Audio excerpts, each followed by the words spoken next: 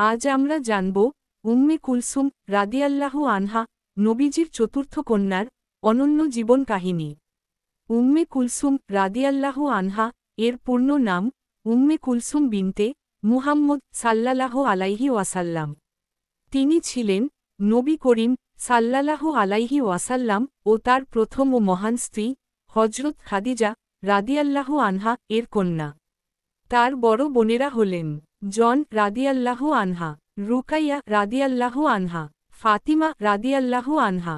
তিনি ছিলেন নবীজির ঘরে বেড়ে ওঠা এক নম্র, লাজুক ও ধার্মিক মেয়ে, যিনি ছোটবেলা থেকেই ইসলাম ও ত্যাগের শিক্ষা পেয়েছিলেন তার পিতার কাছ থেকে।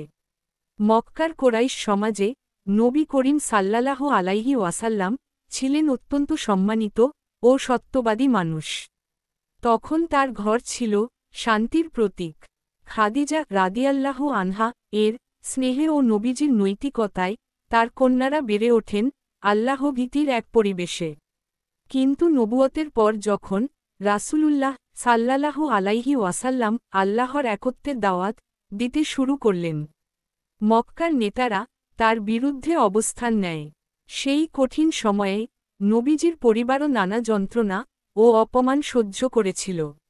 ইসলাম প্রচারের আগেই উম্মে কুলসুম রাদিয়াল্লাহু আনহা এর বিয়ে ঠিক হয়েছিল আবু লাহাবের ছেলে উতাইবা এর সাথে। কিন্তু নবুয়াত ঘোষণার পর যখন কুরআনের সূরা আল মাসাদে আবু লাহাব ও তার স্ত্রীর ধ্বংসের ঘোষণা নাজিল হল, তখন তারা ক্রোধান্ধ হয়ে নবীজির পরিবারকে শত্রু মনে করল। আবু লাহাব ও তার স্ত্রী উম্মে জামিল, যিনি কুরআনে জাহান্নামের মা নামে পরিচিত, নিজের ছেলেকে আদেশ দিলেন, মুহাম্মদের মেয়েকে ত্যাগ করো, যাতে তার ঘরও শোকাহত হয়। উতাইবা নবীজির সামনে এসে গালাগাল করল, ইসলামকে উপহাস করল এবং উম্মে কুলসুম রাদিয়াল্লাহু আনহাকে ত্যাগ করল।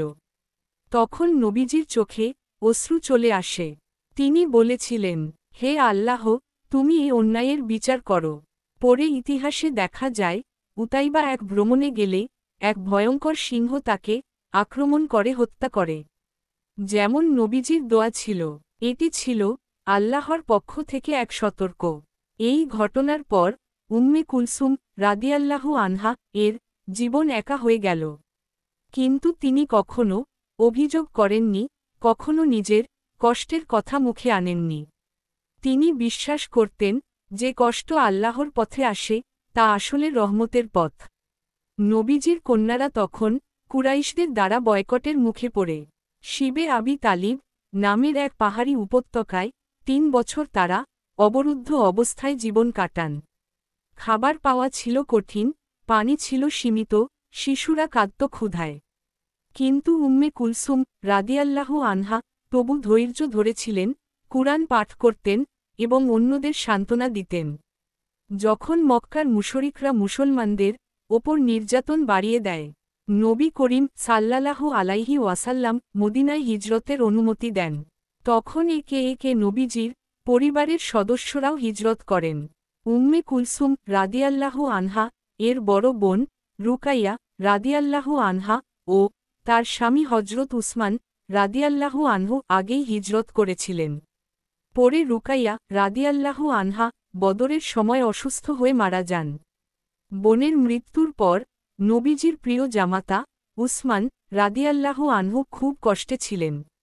তখন নবী করিম সাল্লাল্লাহু আলাইহি ওয়াসাল্লাম তার প্রতি সহানুভূতিশীল হয়ে বললেন, আল্লাহ তোমার জন্য তার রাসূলের আরেক কন্যাকে নির্ধারণ করেছেন। তারপর নবীজির কন্যা উম্মে কুলসুম রাদিয়াল্লাহু আনহা এর সাথে উসমান রাদিয়াল্লাহু আনহু এর বিবাহ সম্পন্ন হয়। এই সময় নবীজির মুখে হাসি ফুটে ওঠে। তিনি বলেন, যদি আমার আরও অনেক কন্যা থাকত, আমি সবগুলোই উসমানের সঙ্গে বিবাহ দিতাম। এভাবেই উসমান রাদিয়াল্লাহু আনহু ইসলাম ইতিহাসে পরিচিত হলেন জুন নুরাইন, 2 নূরের অধিকারী। কারণ তিনি নবীজির 2 কন্যা রুকাইয়া রাদিয়াল্লাহু আনহা ও উম্মে কুলসুম রাদিয়াল্লাহু আনহা এর স্বামী ছিলেন। উম্মে কুলসুম রাদিয়াল্লাহু আনহা ছিলেন অত্যন্ত বিনয়ী, নরম স্বভাবের, দানশীলা ও লজ্জাশীলা নারী। তিনি তার স্বামী উসমান রাদিয়াল্লাহু আনহুকে সর্বদা সহায়তা করতেন ইসলামী কাজকর্মে। যখন মুসলমানরা যুদ্ধ থেকে ফিরে আসতেন তিনি আহতদের সেবা করতেন, খাদ্য দিতেন। তার ঘরে সবসময় দোয়া ও কুরআনের আওয়াজ শোনা যেত। নবী করিম সাল্লাল্লাহু আলাইহি ওয়াসাল্লাম তাকে খুব ভালোবাসতেন। তিনি প্রায়ই বলতেন, আমার কন্যারা আমার হৃদয়ের অংশ। উম্মে কুলসুম রাদিয়াল্লাহু আনহা নবীজির জীবদ্দশাতেই ইন্তেকাল করেন। তখন তার বয়স ছিল প্রায় ২৭ বছর। নবী করিম সাল্লাল্লাহু আলাইহি ওয়াসাল্লাম নিজ হাতে তার জানাজা পরিচালনা করেন। ইতিহাসে বর্ণিত আছে, উম্মে কুলসুম রাদিয়াল্লাহু আনহা এর জানাজার সময় নবীজির চোখে অশ্রু চলে আসে। তিনি বলেন, এই পৃথিবী ক্ষণস্থায়ী, আল্লাহ তার প্রতি রহম করুন, সে আমার হৃদয়ের টুকরো ছিল। হজরত উসমান রাদিয়াল্লাহু আনহু তখন গভীর শোকে মুষড়ে পড়েছিলেন। কিন্তু নবীজির সান্ত্বনায় তিনি ধৈর্য ধরেন। নবী করিম সাল্লাল্লাহু আলাইহি ওয়াসাল্লাম তাকে বলেন, হে উসমান, যদি আমার আরও কন্যা থাকত আমি তাকেও তোমাকে দিতাম। এ ছিল নবীজির এক অসাধারণ ভালোবাসার প্রকাশ। উম্মে কুলসুম রাদিয়াল্লাহু আনহা ছিলেন এমন এক নারী যিনি ইসলামী ইতিহাসে ৩টি মহামূল্যবান শিক্ষা রেখে গেছেন।